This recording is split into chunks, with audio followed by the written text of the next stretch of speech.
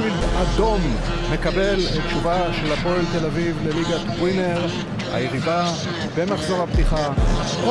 זה מסוכן, זה מסוכן, וזה יכול להיות 1-0 לקריית שמונה, כן! בליגת ווינר העונה, דפה, כן! הפועל תל אביב משיגה את השוויון באגודה הלבנה.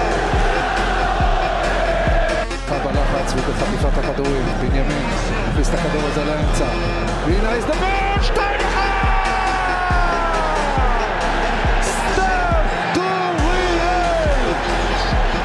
2-1 והפועל תל אביב משחירה כאן מהפך על קריית שמונה, ו-2 קריית שמונה 1, הפועל תל אביב פותחת את העונה החדשה שלה בליגת ווינר עם ניצחון.